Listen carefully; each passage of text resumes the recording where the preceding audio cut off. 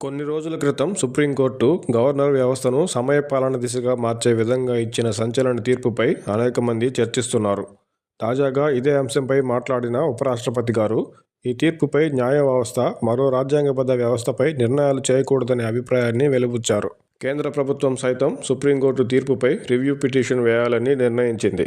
అయితే గవర్నర్లు, రాష్ట్రపతి గారు నిర్దిష్ట గడువులోపు బిల్లులపై నిర్ణయం చెప్పాలని తీర్పు ఇచ్చే పరిస్థితి ఇప్పుడే ఎందుకు వచ్చిందో ఆలోచించాలి.